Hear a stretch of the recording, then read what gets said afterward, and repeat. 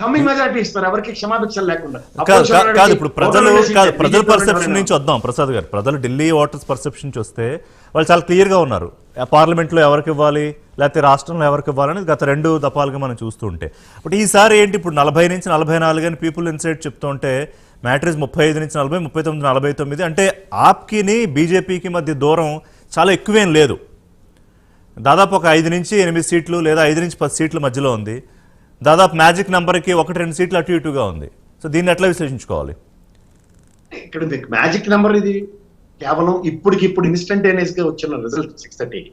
ఇంకా some percentage of vote bank ఉంది అందులో. బీజేపీ క్షేత్రస్థాయిలో చేసిన రీసెంట్ పాస్ట్ ఆంధ్రప్రదేశ్ అనుభవం ఒకటి మీరు ఆద్యంతం గమనించగలిగితే ద నెంబర్ ఆఫ్ ఓట్స్ ఈ స్పాన్ లో మనం ముగ్గు గీతకి అవతల పక్క చిన్నప్పటి నుంచి మీ జర్నలిజంలో నేను చూసిన దగ్గర అసలు ఊహకందని పర్సెంటేజ్ ఓట్ బ్యాంక్ వస్తుంది మీరు గమనించి. That is self is critical. ఎంత రావచ్చు అంటే మీ అంచనా? మీరు ఇందాక మీ కొలీగ్ గారు చెప్పినట్టు 62% ఎక్స్పెక్ట్ చేస్తున్నారు. అప్రాక్సిమేట్లీ 57.7 కన్సాలిడేట్ అయింది 5 o'clock కి. 1 hour లో నాకు తెలిసి ఎవరైనా సరే 1000 మంది కన్నా ఒక లైన్ లో ముగ్గేసిన దగ్గర నుంచి ఉండకపోవచ్చు. 1000 మంది కూడా ఇంత ప్రామినెంట్ గా ఇంత డైమెన్షన్స్ లో ఇంత పర్సెంటేజ్ ఇంక్రీజ్ చేయడానికి ఉపయోగపడవచ్చు. కానీ మీరు సర్ప్రైజింగ్లీ రేపు మార్నింగ్ పేపర్ చూస్తే మాత్రం ఓవర్కమ్ పర్సెంటేజ్ ఉంది. This is what the recent past stories of all the elections.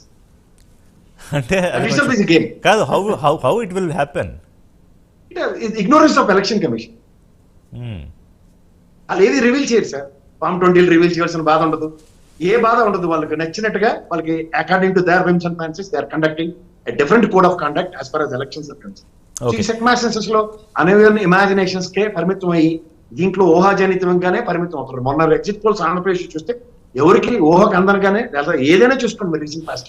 So ఇప్పుడు ఆ పెరిగిన సరే రేపు అనుకుందాం. ఇప్పుడు పీ మార్క్ కూడా 39-49 రిపబ్లిక్ పీ మార్క్ కలిసి చేసినట్టున్నాయి survey.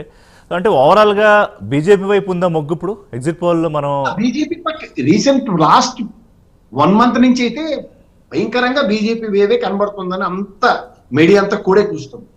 But Aam Aadmi party యొక్క ఎబిలిటీస్ అండ్ క్యాపబిలిటీస్ మీద ఏంటంటే ఆ సింగిల్ వారియర్ గా తను చేస్తున్న దాంట్లో ప్రజలకు ఇంకా టైం పడుతుంది. ఏంటంటే as if is not a planted creature by respect to BJP అన్నది అవగతం అవడానికి చాలా టైం పడుతుంది. అది ఇంకా కాంగ్రెస్ మొన్న 100 స్థానాలు వచ్చిన తర్వాత ఇంకా ఇంకొంచెం టాస్క్స్ డిఫరెంట్ గా ఉండొచ్చు. కరెక్ట్. సో ఇప్పుడు మీ అంచనా 59-40 కన్ఫైన్ అనుకోండి, there be a different ball game. But ఇక ఢిల్లీ కాంకర్ చేయకపోతే ఏమవుతుందంటే మీరు ఇందాక నుంచి చెప్తున్నట్టు ఋషి గారు వాళ్ళకి ఆద్యంతం అవమానకరంగానే ఉంది. ఎందుకంటే దేశం అంతా తాటి మీద నరేంద్ర మోడీ గారి వేవ్ అన్న దగ్గర కర్ణాటకలో కూడా ఆయన ఎప్పుడైతే క్యాంపెయినింగ్ నాది అని కాంకర్ చేసుకున్నారో కర్ణాటక కూడా ఎత్తుపోయింది మన సిద్ధరామయ్య గారి ధర్మం అని మీరు గమనించుకోగలిగితే. ఎప్పుడైతే నరేంద్ర మోడీ గారు నాది అని బిగించుకున్న దగ్గర ఆయనకి డెంటే పడుతుంది. ఇక్కడ కూడా మీరు నరేంద్ర మోడీ వర్సెస్ కేజ్రీవాల్ అనుకుంటే మాత్రం this will be a different effect. But I'm talking this time they want to conquer Delhi at any circumstances అన్నప్పుడు మాత్రం వాళ్ళ యుద్ధ తంత్రం మాత్రం చాలా వేరేగా ఉంది. కాదు ఓటేసే ప్రజలు ఇక్కడ ఏం పరిగణలోకి తీసుకుంటారనేది కీలకం కదా. ఓటరు తన మైండ్ని దాదాపు ముందే సెట్ చేసుకుంటాడు. ఢిల్లీ లాంటి కొంత చైతన్యం లేకపోతే అక్కడ educated and urban voter at the same time poor వాళ్ళు కూడా ఉన్నారు. ఒకవైపు సంక్షేమ పథకాలు, సంక్షేమం అంటే మా ఇక్కడలాగా బటన్స్ నొక్కడం కాకుండా అక్కడ లేకపోతే హాస్పిటల్స్, ఎడ్యుకేషన్, ఇందాక నేను మీకు ఇంట్రోలో చెప్పినట్టు మరి దాని ప్రభావం ఈ ఎన్నికల్లో కనిపించట్లేదా? కనిపించదా? కనబడదు. ఎందుకంటే అక్కడ వలస పక్షులే చాలా ఎక్కువ ఉన్నాయి. దేశ రాజధాని అక్కడ హైయెస్ట్ హ్యాపెనింగ్ అని చెప్పి వేరియస్ ప్రావిన్సెస్ నుంచి వచ్చి సెటిల్ అయిన ఎక్కువ మంది ఉంటున్నారు. అండ్ లోకలైట్స్ కి ఈ మీరు చెప్పిన ఫ్రీ బీస్ ఏవైతే ఉన్నాయో 3 పార్టీలు బ్రహ్మాండంగా అనౌన్స్ చేసి దాని గురించి ఈల్డ్ అయ్యి అది ఓట్ బ్యాంక్ టర్న్అవుట్ అన్నది మీరు అన్నట్టు 1%. ఈ ఎడ్యుకేషన్ సెక్టర్ అంతా మిగిలిన 60% ఓట్ బ్యాంక్ అయితే 40% ఓటైన వాళ్ళలోనే ఉంటారు. వాళ్ళు ఉద్యోగస్తులు పేరుకి మాత్రం ఏదో అరవడి బ్యాగ్స్ తప్ప.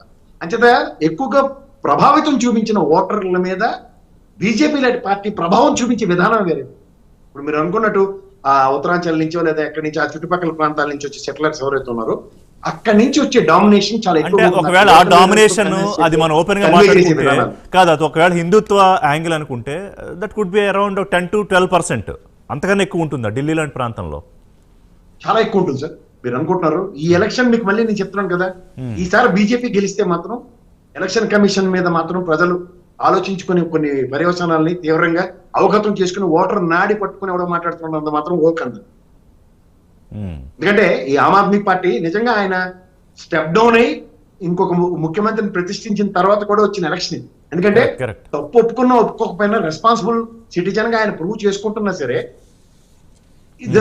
All together is a game అనుకున్న దగ్గర గేమ్ లోకి రానివ్వకుండా చేసిన కాంగ్రెస్ నే చూసుకోండి. ఐఎన్డిఏ కూటమికి డెంట్లు పెట్టే కార్యక్రమానికి తెరలేపోయిన దాంట్లో సక్సెస్ నెరేషన్ వచ్చేసింది. ఓకే, సో ఓవరాల్ గా కంక్లూడ్ చేయమంటే ప్రసాద్ గారు ఏం చెప్తారు? ఈ ఎన్నిక ఫలితం ఎలా ఉండబోతోంది అని మీరు చెప్పగలుగుతారు?